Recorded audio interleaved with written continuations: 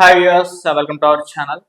So అటు Donald Trump Iran పైన యుద్ధం ప్రకటించినట్టుగా తెలుస్తుంది. రెండు దేశాల మధ్య కూడా యుద్ధ వాతావరణం అయితే నెలకొంది. సో కొన్ని రోజుల నుంచి కూడా అంటే కొంత కాలం నుంచి కూడా రెండు దేశాల మధ్య సఖ్యత లేకపోవడం, ఇజ్రాయెల్ మధ్యలో రావడం ఇవన్నీ కూడా చూస్తున్నాం. అసలు ఏం జరుగుతుంది, మరి ఇరాన్కి అమెరికాకి మధ్య మరి డొనాల్డ్ ట్రంప్ తీసుకున్న ఈ నిర్ణయాలు ఎటువంటి పరిణామాలకు దారి తీసే అవకాశం ఉంది? ఇప్పుడు దీనిపైన డిస్కస్ చేయడానికి ప్రజెంట్ మనతో పాటు అనలిస్ట్ మైనంపాటి మురళీ శర్మ గారు ఉన్నారు. వారిని అడిగేసిన ప్రయత్నం చేద్దాం.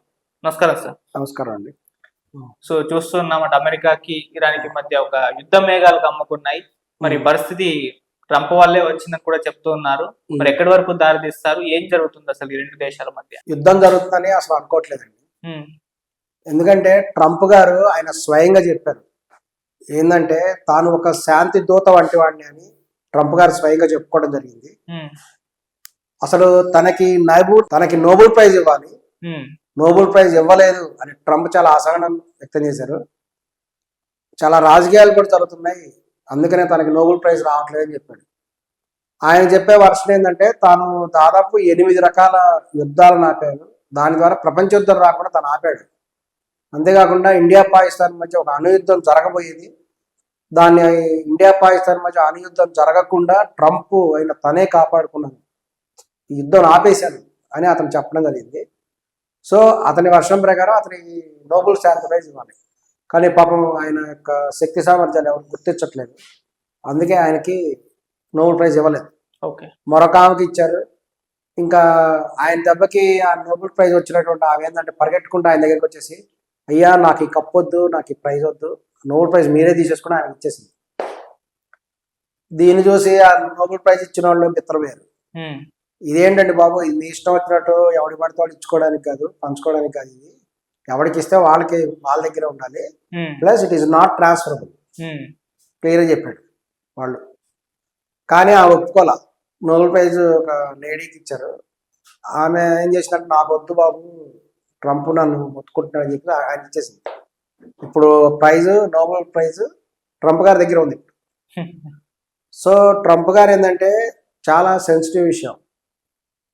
ఆయన ఏంటంటే ముఖ్యంగా ఆయన్ని ఎవడైనా డామినేట్ చేస్తే మటుకు ఊరుకునే మనసత్వం అయితే కాదు. సింపుల్ లైవ్ ఎగ్జాంపుల్ ఏంటంటే వెనజులా మీద అటాక్. అవును, చాలా మంది వెనజులా మీద ట్రంప్ ఎందుకు ఫైట్ చేశాడు, యుద్ధం చేసి అతను ఎందుకు బంధించాడంటే, కానీ ఏంటంటే ప్రపంచంలో ఆ శాంతి అనేది యుద్ధాల ద్వారా వస్తుందని ఆయన ఉద్దేశం కాదు.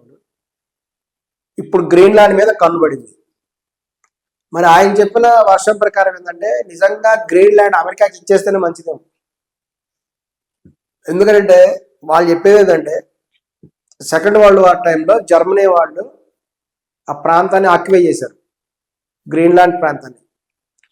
అప్పుడు అమెరికా వాళ్ళు యుద్ధం చేసి, అమెరికా వాళ్ళకి అనవసరం కదా, గమ్ము ఉండాల్సింది, కానీ వాళ్ళు యుద్ధం చేసి గ్రీన్లాండ్ తరఫున డెన్మార్క్ అనుకుంటా దేశం, ఐ థింక్ డెన్మార్క్ అనుకుంటా, అందులో ఒక పార్ట్ వాళ్ళు ఫైట్ చేసి యుద్ధంలో జర్మనీని ఓడించేసి ఆ ప్రాంతాన్ని వాళ్ళు తీసుకుంటే బాగుండేది, అప్పుడే తీసుకోకుండా వీళ్ళకి ఇచ్చేసారు డెన్మార్క్. కొంతకాలం అప్పుడు చివరికి చిన్న స్వతంత్ర దేశంగా ఏర్పడింది. ఇప్పుడు అది ఫుల్ ఫ్రీడమ్తో ఉంది. ఇప్పుడు మరి తర్వాత సెకండ్ వరల్డ్ వార్ అయిపోయింది, చాలా సంవత్సరాలు గడిచినాయి, ప్రపంచం చాలా మారిపోయిన తర్వాత ఇండియాకి స్వాతంత్రం కూడా వచ్చింది. సెకండ్ వరల్డ్ వార్ తర్వాత ఇండియా స్వాతంత్రం వచ్చింది, ప్రజాస్వామ్యం వచ్చింది, చైనా, ఇంకా అనేక దేశాలు రకరకాల వ్యవస్థలు ఏర్పడ్డాయి, కొత్త వ్యవస్థలు. అంతకుముందు రెండు వ్యవస్థలు, ఒకటంటే సోషలిజం కానీ పెట్టుబడిదారీ విధానం, రెండే ఉంటాయి. చిన్నప్పుడు సోషల్లో చదువుకొని ఉంటారు, ఏదైనా ఒక అంశం చెప్పి దాంట్లో లాభాలేంటి నష్టాలు ఏంటి అని అడిగేవాడు చిన్నప్పుడు. సోషలిజం చెప్తే సోషలిజం లాభాలేంటి నష్టాలు ఏంటి, టెక్నాలజీ డెవలప్ అయితే లాభాలేంటి నష్టాలు, ప్రతి అంశంలో అలాగే ఉంటుందండి. మనకి ఏదైనా ఒక టాపిక్ వల్ల కొన్ని లాభాలు జరుగుతాయి, అలాగే కొన్ని నష్టాలు కూడా జరుగుతాయి. ఈరోజు మనం బైక్లు అన్ని ఎంజాయ్ చేస్తున్నాం ఫాస్టెస్ట్, మరి పొల్యూషన్ పెరిగిపోతుంది కదా, అది నష్టం. ప్రతి అంశాలు అలాగే ఉంటాయి. అదేవిధంగా పెట్టుబడిదారీ విధానంలో కొన్ని లాభాలు ఉన్నాయి, కొన్ని నష్టాలు కూడా ఉన్నాయి. రెండిట్లో లాభాలను తీసుకొని మన దేశం ఏర్పడింది. అలా మనది మిక్స్డ్, ఫుల్ సామ్యవాదం కాదు. రష్యా నుంచి కొన్ని తీసుకున్నారు, సోవియట్ యూనియన్ నుంచి, అలాగే అమెరికా నుంచి కొన్ని తీసుకున్నారు. ఇటువంటి దేశాలు చాలా ఏర్పడ్డాయి ప్రపంచం అంతా. ఇప్పుడు గ్రీన్లాండ్ కూడా ఒక రకంగా అలానే ఉంది, వాళ్ళు స్వేచ్ఛగా. ఇప్పుడు అమెరికా వాళ్ళ కన్ను దాని మీద పడింది, అందులో ట్రంప్ కన్ను పడింది. ఎస్పెషల్లీ అమెరికా వాళ్ళంటే ఇప్పుడు చాలా మంది అధ్యక్షులు చేశారు, వాళ్ళు ఎవరి కన్ను వల్ల మెయిన్ ట్రంప్. ఆయన ఏంటంటే దాన్ని అక్వైర్ చేసుకోవాలి. మాకు అతను ఎంత సింపుల్ చెప్తున్నాడంటే అది చిన్న ఐస్ ముక్క పడ్డదంట అది. అంటే మందు కొట్టేటప్పుడు ఐస్ ముక్కను వేసుకుని ఉంటుంది. అంత సింపుల్గా అనిపించింది అతనికి ఒక దేశం అంటే. దేశంలో అనేక మంది లక్షల మంది ప్రజలు ఉంటారు, వాళ్ళకు కూడా సెల్ఫ్ రెస్పెక్ట్ ఉంటుంది, ఆత్మగౌరవం ఉంటుంది అనేటువంటిది ఆయనకి అనిపించాల. ఒక దేశంలో ప్రజలందరూ కూడా దేశం మొత్తం చిన్న ఐస్ ముక్కలాగా అనిపించింది అతను. నేను జస్ట్ ఒక ఐస్ ముక్కను అడుగుతున్నానండి, ఐస్ ముక్క ఇస్తే ఏమవుతుంది అని ఆయన బహిరంగంగా చెప్పాడు. బహిరంగంగా చెప్పాడు, ఐస్ ముక్క కదా నేను అడిగేది. కానీ కొంతమంది విశ్లేషణ ఏంటంటే దాని కింద చాలా, ఆ ఐస్ ముక్క కింద చాలా ఖనిజ నిక్షేపాలు ఉన్నాయి, వందల వేల కోట్లు వాల్యూ చేసేవి. కానీ ట్రంప్ దానికి ఒప్పుకోవట్లేదు. మాకెందుకండి డబ్బు, మాదే ఒక అగ్రరాజ్యం, అమెరికా అనేది రిచ్ కంట్రీ, మాకు డబ్బులు అవసరం లేదు అసలు. మాకు కేవలం ఏంటంటే అక్కడ సెక్యూరిటీ పాయింట్ ఆఫ్ వ్యూలో ఒక మధ్య ప్రాంతం అక్కడ, కాబట్టి మాకు దాన్ని అడుగుతున్నాను తప్ప మాకు వేరే ఏం ఉద్దేశం లేదు అని అతను చాలా క్లియర్గా కూడా చెప్తున్నాడు. శాంతియుతంగా ఇవ్వండి, ఇవ్వబోతే మటుకు మళ్ళీ సైనిక దాడి చేస్తా అంటలా మళ్ళీ, కానీ గుర్తుపెట్టుకోవాల్సి వస్తుంది అని వార్నింగ్ అయితే ఇస్తున్నాడు. మాకు కనుక ఒప్పుకోకపోతే గుర్తుపెట్టుకోవాలి, ఏదో ఒక అమ్మాయిని బెదిరించినట్టుగా ఉంది, అమ్మాయి నాకు లొంగబోతే నేను గుర్తుపెట్టుకుంటా, టైం చూసి ఏమైనా చేస్తా అన్నట్టుగా అనిపిస్తుంది అది. సో ఆయన స్వీట్ వార్నింగ్ ఇస్తున్నాడు ట్రంప్. మరి ఇక అలా చూస్తే ఇది చూసుకొని మొత్తం యూరోపియన్ యూనియన్ అంతా ఇప్పుడు ఒకటైపోయింది. అమ్మో ఇప్పుడు ట్రంప్ వచ్చి కనుక అటాక్ చేస్తే వెంటనే వీళ్ళంతా ఇప్పుడు రివర్స్ అయిపోయారు, మొత్తం ఒక యూనియన్ లాగా ఏర్పడింది యూరోపియన్ యూనియన్. అంతకుముందు వాళ్ళకి ఎక్కలా నెత్తికి, ఇప్పుడు ఎక్కింది. శత్రువు వస్తేనే కనుక అర్థం అవుద్ది అసలు పాయింట్. మొత్తం యూరోపియన్ యూనియన్ అంతా కూడా మీటింగ్ పెట్టుకున్నారు, వాళ్ళు ఇప్పుడు ట్రంప్ని వ్యతిరేకిస్తున్నారు. మీరు మా మీద ట్యాక్స్లు వేస్తే మేము మీ మీద ట్యాక్స్లు వేస్తాం, మీరు మా మీద దాడి చేస్తే మేము కూడా తప్పనిసరి మా రియాక్షన్ ఉంటుంది అని యూరోపియన్ యూనియన్ అంతా వచ్చినప్పటికీ ఆయన వెనక్కి తగ్గిపోయాడు. ఇప్పుడు ట్రంప్ చాలా పిరికివాడు, వార్నింగ్ ఇస్తాడు, మళ్ళీ భయం పిరికి. పూర్వకాలంలో పురాణాల్లో ఉండేది ఒకటి, ఉత్తర కుమారుడు అని ఒకడు ఉండేవాడు పురాణాల్లో. నేను అది చేస్తా, నేను ఇచ్చేస్తాను, నేను వాడిని కొడతా, ఈయన కొడతా, వీళ్ళు ఏం చేయరు. కొంతమంది కూడా చెప్తుంటే ఇదంట, లేదండి నేను సోమవారం ఏమని కొట్టనండి, శుక్రవారం ఏమని, ఇట్లా చెప్తుంటారు కొంతమంది. అట్లాగే ట్రంప్ ఏంటంటే ప్రగల్భాలు చేయటం, తీరా అవతలోడు పైకి లేచాడంటే వెనక్కి తిరిగి కూడా చూడు, పరుగోబడు ఆ టైప్ అనమాట, భయస్తుడు. ఇప్పుడు అతని పరిస్థితి ఏంటంటే మళ్ళీ ఇరాన్ మీదకి అటాక్ చేద్దాం అని కూర్చున్నాడు. ఇరాన్లో ఏంటంటే ఆల్రెడీ ఇరాన్ సర్వనాశనం అయిపోయింది, ఇంక ఈయనేం కొత్తగా వీళ్ళకి నాశనం చేయక్కర్లా. అక్కడ పరిస్థితి ఏంటంటే ఈ రోజున ₹1,00,000 పెట్టినా కానీ కనీసం బేసిక్ నీడ్లు అక్కడ తీరవు. ఇంకా అక్కడ మోస్ట్ ప్రమాదకరమైన విషయం ఏంటంటే దేశం మొత్తం మతం మారడానికి సిద్ధంగా ఉన్నారు ఇప్పుడు ఇరాన్లో. వాళ్ళు ఏంటంటే అంతకుముందు పార్సీ మతం ఉండేది ఇరాన్లో, పార్సీ మతస్థులు వాళ్ళు. తర్వాత ముస్లిం మతంగా ఏర్పడింది.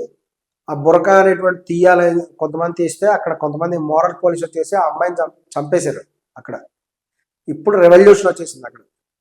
పబ్లిక్ అందరూ కూడా మేము ముస్లిం మతంగా, అక్కడ ఉండేటువంటి ఏదైతే మసీదులు ఉంటాయి సగం మసీదు ఖాళీ అయిపోయినాయి ఇరాన్లో ఇప్పుడు. అక్కడ ఎవ్వరు సపోర్ట్ చేయట్లేదు లోకల్ పబ్లిక్. వాళ్ళందరూ ఏదంటే మేము పార్సీ మతంలో ఉంటాము, మరలా మాకు పాత మతం కావాలి అని అక్కడ రెవల్యూషన్ నడుస్తుంది. ఇంకొకటి ఏంటంటే వాల్యూ విపరీతంగా అసలు ఎంత తగ్గిపోయిందంటే వాళ్ళు ఎంత డబ్బు పెట్టినా సరే ఒక పూట భోజనం దొరకడం కష్టం.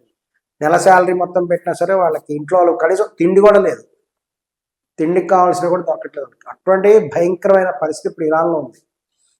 మరి ఇటువంటి పరిస్థితుల్లో ట్రంప్ వెళ్ళేసి వాళ్ళ మీద యుద్ధం చేస్తారు.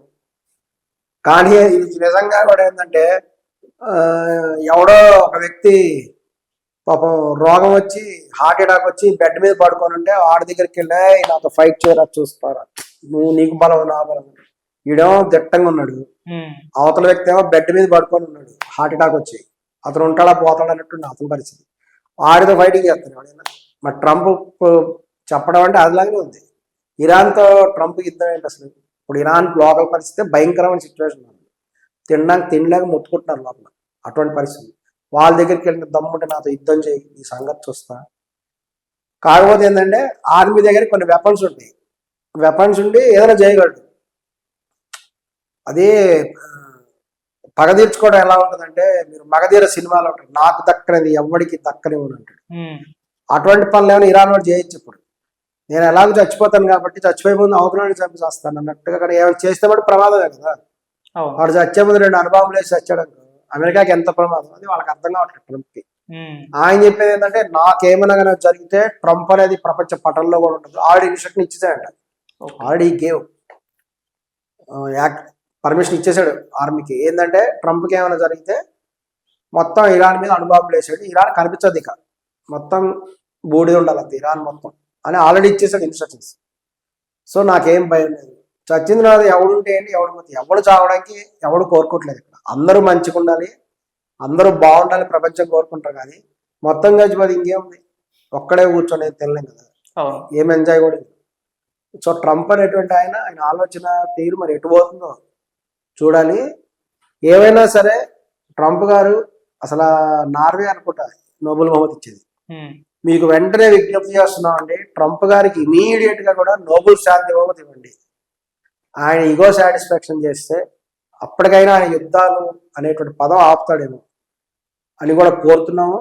దయచేసి నోబెల్ అవార్డు ఇచ్చే వాళ్ళకి కూడా బహిరంగంగా దండం పెట్టి చెప్తున్నాం సార్, మీరు వెంటనే ట్రంప్ గారికి నోబెల్ శాంతి బహుమతి ఇవ్వండి అని విజ్ఞప్తి చేస్తున్నాం. Okay sir, thank you so much sir.